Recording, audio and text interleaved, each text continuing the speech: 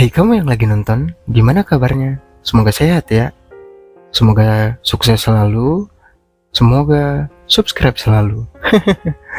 Oke, langsung saja kali ini kita pengen cerita tentang Andres Escobar Saladriga. Dia adalah seorang pemain sepak bola dari Kolombia. Nah, dia ini terkenal sekitar tahun 1990-an ya. Nah, Escobar ini lahir di tanggal 13 Maret 1967. Itu di kota Medellin, Kolombia. Dan dia itu main untuk klub seperti Atletico Nacional dan klub BSC Young Boys selama sepanjang karirnya ya. Kemudian di Piala Dunia pada tahun 1994 itu diadakan di Amerika ya. Jadi Escobar ini bermain untuk tim nasional Kolombia. Jadi dia udah jago nih dan dipanggil sama timnas Kolombia. Dan pada pertandingan kedua fase grup lawan Amerika Serikat, Escobar itu buat gol bunuh diri. Nah, itu banyak media yang memberitakan kalau gol bunuh dirinya ini menjadi salah satu rancangan yang dibuat oleh Amerika Serikat gitu. Tapi ternyata tidak bisa dibuktikan.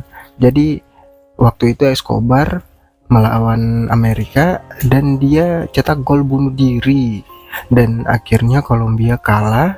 Gol bunuh diri itu jadi salah satu momen yang paling menyedihkan dalam sejarah sepak bolanya. Setelah kembali ke Kolombia, dia tinggal di apartemennya di Medellin.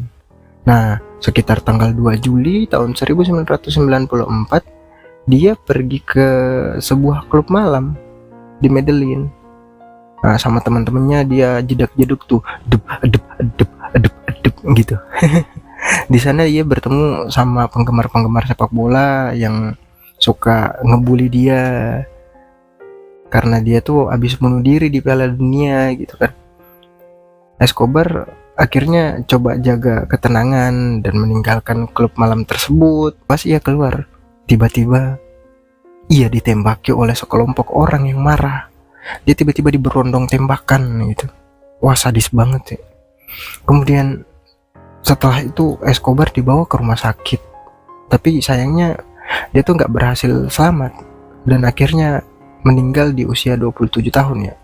Pembunuhnya kemudian tuh ditangkap dan dia kena hukuman 43 tahun. Wih, lama banget 43 tahun. Nah, kematian Escobar ini menyebabkan trauma pada Kolombia dan di seluruh jagat sepak bola dunia ya. Escobar tuh dikenal sebagai orang yang mainnya bagus dan moralnya bagus gitu. Tapi kematian tragisnya itu menunjukkan bahwa kejamnya dunia sepak bola waktu itu.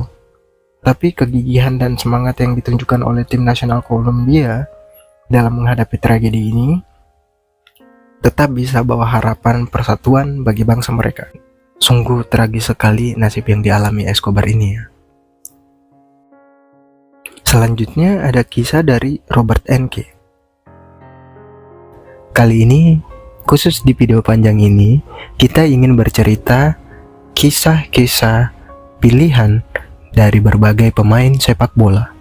Oke, langsung saja. Kali ini, kita harus subscribe. bukan. Jangan terlalu tegang. Nah, kali ini kita mau berbagi kisah tentang Robert Enke. Robert Enke adalah salah seorang pemain sepak bola yang lahir di tanggal 24 Agustus 1977 di negeri Jerman. Dia memulai karir sepak bolanya itu pada usia 19 tahun dan klub pertamanya itu Borussia Mönchengladbach.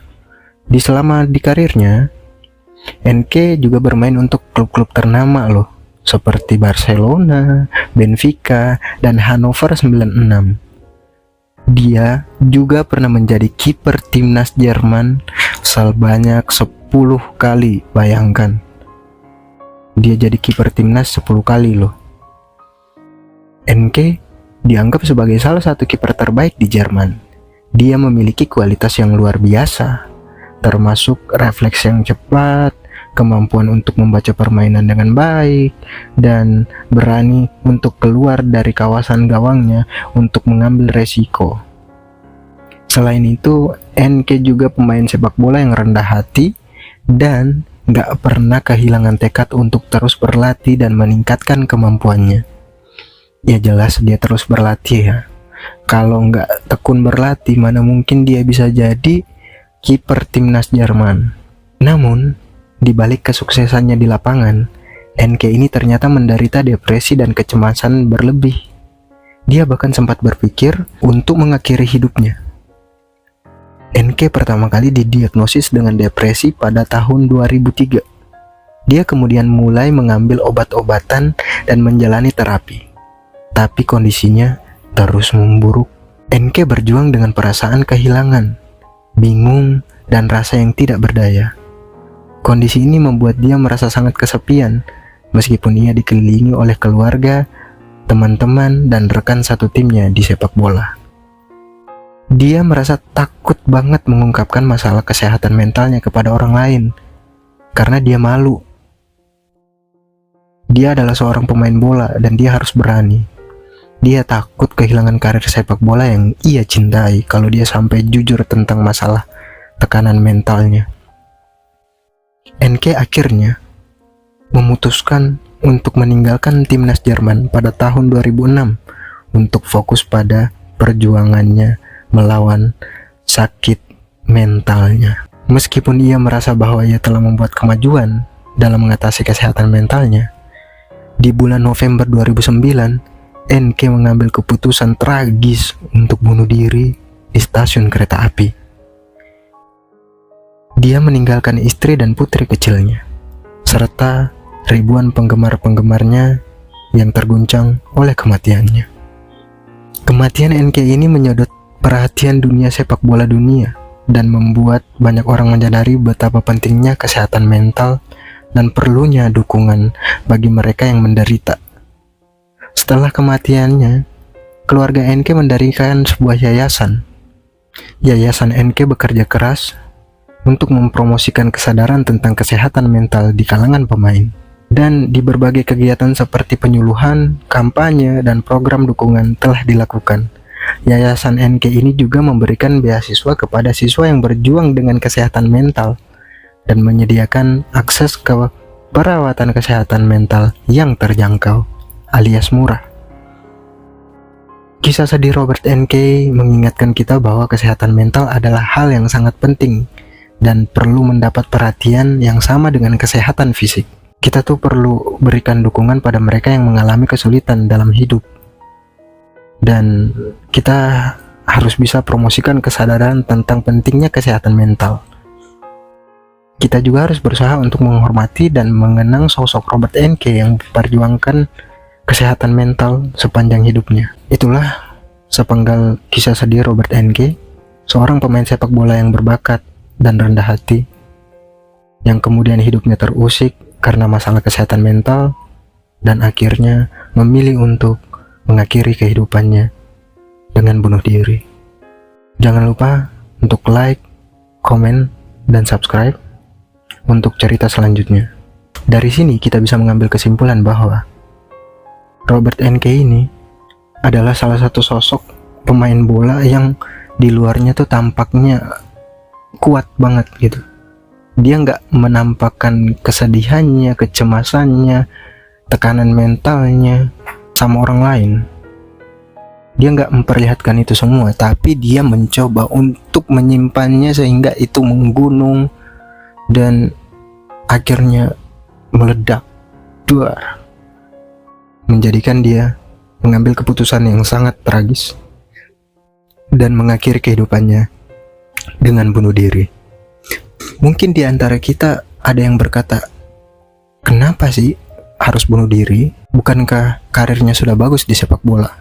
Bukankah dia udah main di timnas, main di klub-klub bagus?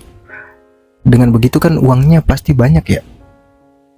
Tapi kita nggak bisa menjamin kalau dia memiliki karir yang bagus dan uang yang banyak membuat mentalnya tidak tertekan. Pada referensi lain juga aku baca bahwa si Robert NK ini pernah mengalami cedera parah di tahun 2000 ya, itu hampir aja mengakhiri karir sepak bolanya. Itu juga bikin dia depresi. Dan ternyata adapun alasan yang membuat dia lebih depresi lagi adalah dia pernah kehilangan anaknya yang baru saja lahir dan mengalami gangguan jantung sehingga nyawanya tidak bisa tertolong. Robert Enke ini banyak banget masalah dalam hidupnya, tapi dia tidak mau perlihatkan gitu. Sekali lagi dia mencoba untuk kuat gitu. Mungkin dari kalian juga ada masalah seperti ini. Kalian takut untuk mengungkapkan, kalian malu, kalian merasa ini adalah aib, nggak mau diungkapkan gitu. Nah, jika kita berkaca dari kisah Robert Enke ini, kebiasaan kayak gitu itu nggak baik. Itu sama aja kita dengan membuat mental kita jadi tambah sakit gitu. Biasakanlah untuk bercerita kepada orang yang kamu percaya, atau istilahnya tuh curhat ya. Kamu ungkapin semua unek-unek yang ada sehingga kamu bisa menjaga kesehatan mentalmu. Karena tadi sudah dijelaskan bahwa kesehatan mental itu benar-benar perlu dalam kehidupan kita. Pasti kita nggak mau ada orang-orang di sekitar kita ataupun kita sendiri hidupnya berakhir seperti Robert Enke. Maka dari itu, kami mengajak teman-teman untuk menjaga kesehatan mentalnya, dan jika tertekan, jika memiliki masalah, jika memiliki unek-unek, sebaiknya ceritakanlah pada orang-orang yang benar-benar kamu percayai. Tapi kadang ada juga yang ngebully sih. Tapi kalian bisa coba alternatif untuk memilih teman atau keluarga atau ibu atau ayah untuk kalian tempati curhat. Nah, sekian dulu cerita dari kami. Semoga bermanfaat dan kita bisa mengambil hikmah dari kisah Robert Enke ini. Jayalah sepak bola. Salam olahraga. Wih, salam olahraga nggak ada? Oh iya, untuk kalian yang mau berbagi, mari sama-sama kita berdonasi lewat channel ini dengan klik subscribe. Semoga kedepannya nanti kita bisa mengumpulkan pundi-pundi amal dan memberikan donasi kepada teman-teman kita yang membutuhkan. Terima kasih.